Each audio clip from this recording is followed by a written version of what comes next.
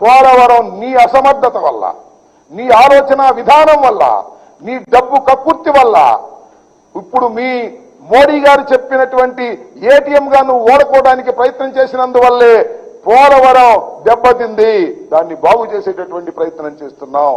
ఏ క్షణంలోనైనా నారా చంద్రబాబు నాయుడు గారితో సిద్ధంగా ఉన్న పోలవరం పూర్తి కాకపోవడానికి ప్రధానమైనటువంటి కారణం నిందితుడు నారా చంద్రబాబు నాయుడు అని మనవి చేస్తున్నాం. అదేమంటే పతితో మాట అంటారు, రాంబాబుకి డ్యాన్స్ వేయటం వచ్చని. మీ పక్కన పవన్ కళ్యాణ్ వేయట్లేదు డ్యాన్సులు సినిమాల్లో డబ్బుల కోసం? నేను డబ్బుల కోసం డ్యాన్స్ చేస్తానా? పండుగ భోగి పండుగ.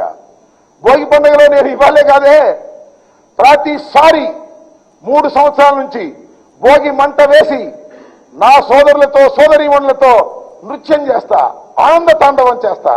దాన్ని పట్టుకుని రాంబాబు డ్యాన్స్ చేస్తాడు, రాంబాబు పండక్కి డ్యాన్స్ చేస్తాను తప్ప పొలిటికల్ గా డ్యాన్స్ చేసే స్వభావం నాకు లేదు.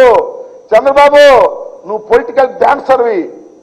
కాసేపు మోడీతో డాన్స్ చేస్తావు, కాసేపు సిపిఐ సిపిఎంతో డాన్స్ చేస్తావు, కాసేపు పవన్ కళ్యాణ్తో డాన్స్ చేస్తావు. అన్ని పార్టీలు మారుతూ డాన్స్ చేయించేటటువంటి ఒక డాన్సర్వి, పొలిటికల్ డాన్సర్వి నువ్వు చంద్రబాబు నాయుడు అని మనవి చేస్తున్నా. నేను పండుగకు నా సోదరీమణులతో డాన్స్ చేసి ఆనందపడతాను తప్ప I never political dance. Pawan Kalyan కూడా పొలిటికల్ డాన్స్ చేస్తాడు.